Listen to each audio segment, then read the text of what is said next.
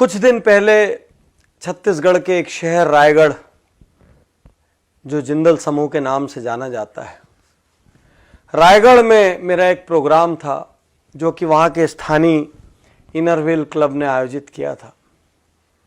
उस प्रोग्राम के दौरान मैंने एक एक मिनट की बहुत सारी सक्सेस हैबिट्स बताई थी।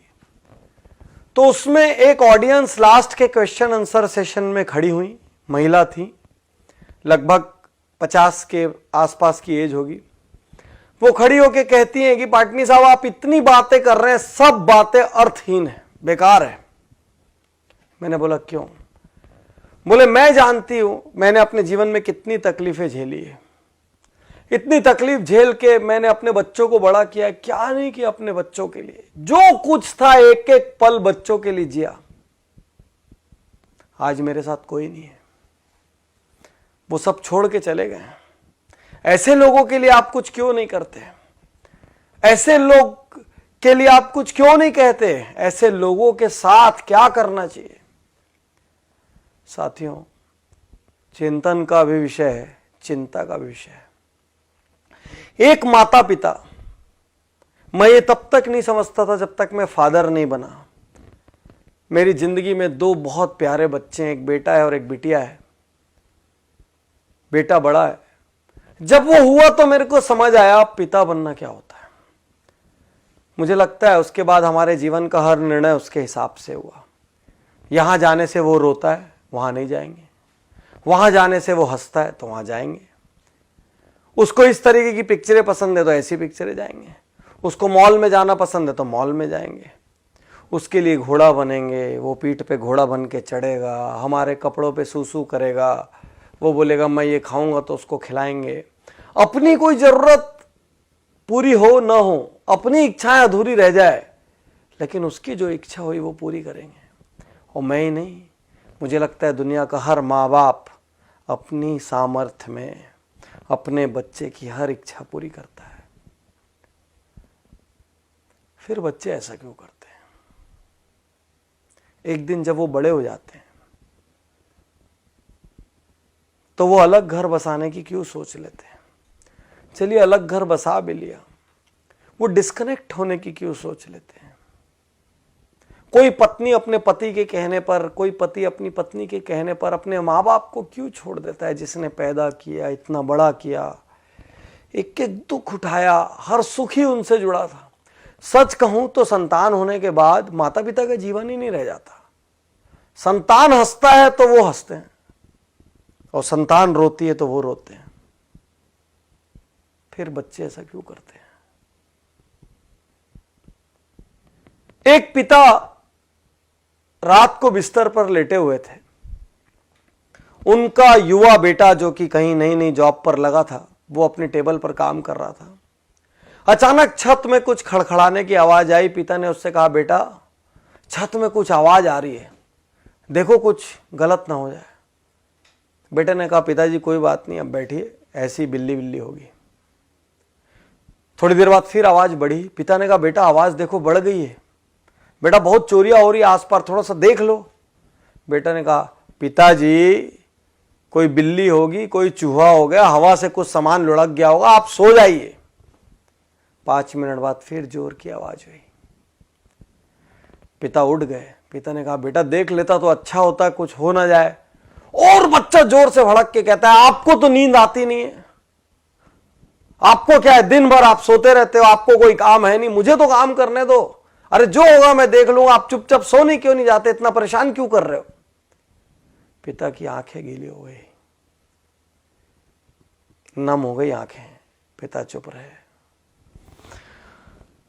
और कुछ मिनट बाद वो कहते हैं बच्चे से, बेटा तूने बचपन में मुझसे 1000 प्रश्न किए, लाख प्रश्न किए। आसमान नीला क्यों होता है, बारिश कैसे होती है, सूरज कैसे उगता है, चंदा मामा में कौन रहता है, गाड़ी कैसे चलती है, पतंग कैसे उड़ती है। बेटा मैं तेरे हर प्रश्न का जवाब देता रहा। कभी नहीं जानता था तो झूठ मूठ का देता रहा, कभी कहीं से पूछ के देता रहा, कहीं से पता करके देता रहा। बेटा मैं तेरे पर कभी गुस्सा नहीं हुआ कि आसमान नीला क्यों होता है तो तेरे को क्या करना है उससे। बेटा मैंने कभी नहीं कहा। और आज तो मेरी छोटी सी बात से बुरा मान गया। यही तो सच्चाई है दुनिया की। एक संतान के लिए माता पिता अपना हर सुख दांव पे लगा देते हैं, वही संतान बाद में जेनरेशन गैप का नाम दे देती है। वही संतान बाद में कहती है हमारे विचार मेल नहीं खाते।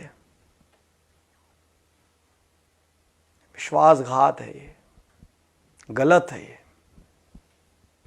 जितना आपकी सामर्थ्य हो उतना आपको करना चाहिए।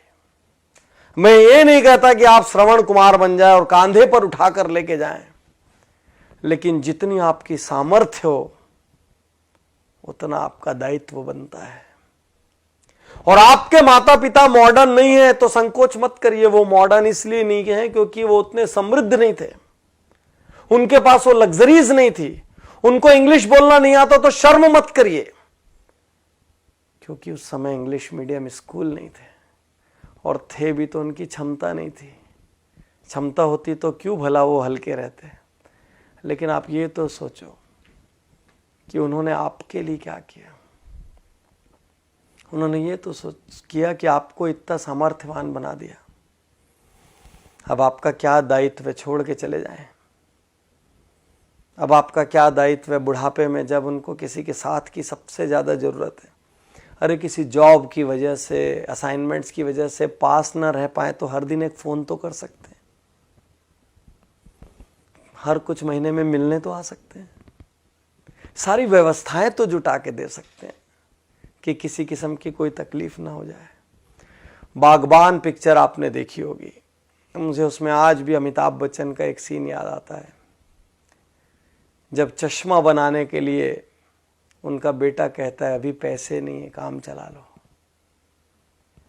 और छोटा सा बच्चा पैसे लाके देता है कि पापा पहले, दादाजी पहले चश्मे बनवा लो।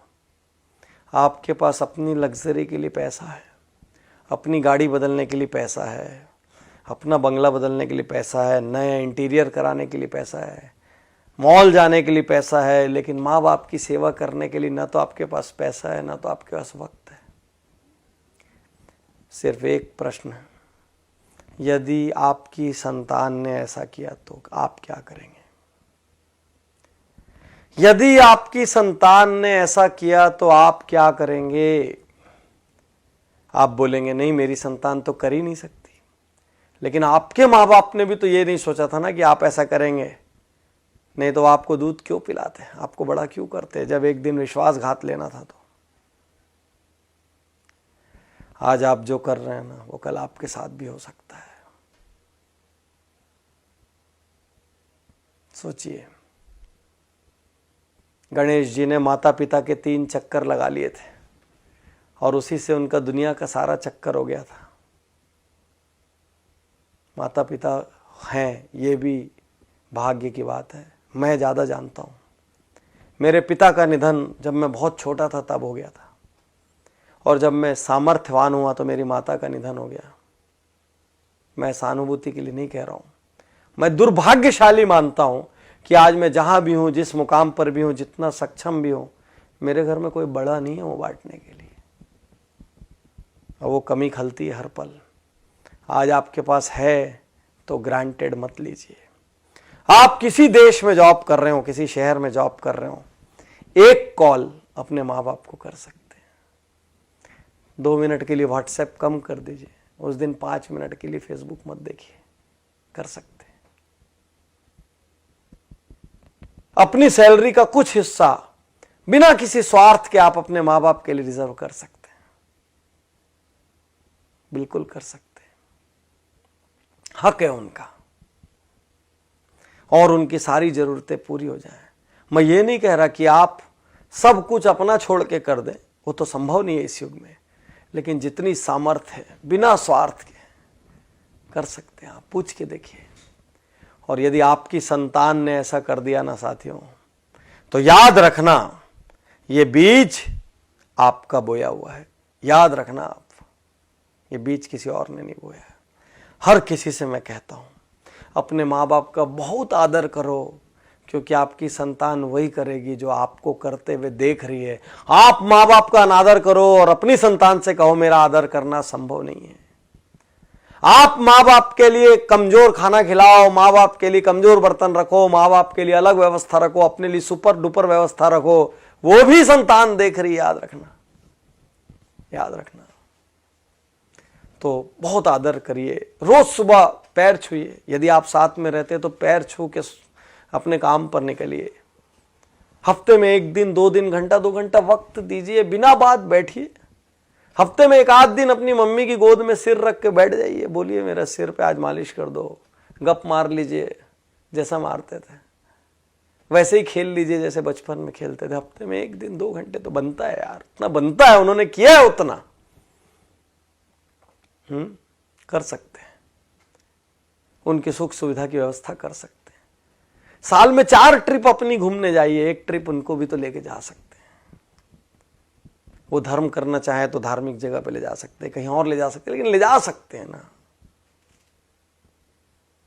कुछ ऐसा कीजिए ना कि आपके माँ बाप अपनी प्रार्थना में कहें कि हे भगवान, हर जन्म में मुझे ऐसी संतान देना, और आपकी संतान आपको देखकर कहे कि मेरे पापा मेरी मम्मी, मेरे पापा अपने माता पिता का, मेरी मम्मी अपने सास ससुर का जिस तरीके से आदर सम्मान करती है, मैं भी वही करूं। यही तो संस्कार है, और क्या है संस्कार? जिसने आपको पैदा किया, जिसने अपनी पूरी जिंदगी होम कर दी आपके लिए, आप उसके नहीं हुए तो फिर आप किसके हो गए? तो साथियों, अब तक जो हुआ सो हुआ, कहीं कमी छूटी गोली मारो, भूल जाओ, आज से शुरू कर सकते हैं। यदि अपना जीवन बनाना है तो अपने माता पिता से प्रेम करिए, यदि खुद आदर पाना है तो माता पिता का आदर करिए।